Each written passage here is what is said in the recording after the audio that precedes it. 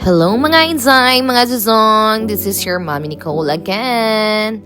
So guys, for today's video, mga today taog avenues kay mag-date daw me. O, diba? Kasi tidudong oy, yahad akong i-date mga on daw me. Tapos later on, watch me og movie na The Conjuring sa Alcott Mall with my friends. Diba? Thank you, baby. Diba, pictures sa. See you later! So hi guys, we're here at the going to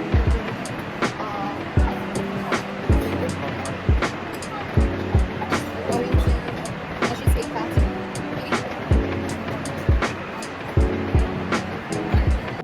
So mga Zay, we're here in Cheesecake Factory Avenues. Nag-order day mi og appetizer nga lettuce wrap. O diba? Tanawa ninyo guys. Healthy kaayo ang Inzay oy. Gakaon siya gulay. So guys, we'll try this vegetables. You want to see this one?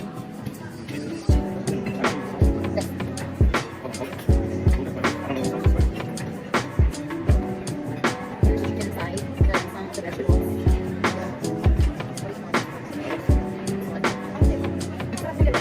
So guys, nangahid kog suggestion ni ate kung unsay pinakalami nga sauce nga ibutang sa lettuce wrap.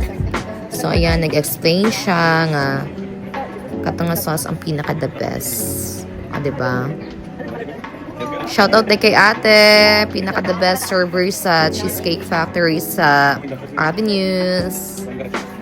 Hala Zoy, nalamian ka ay siya og kaon. Tanaw ra gud na siya.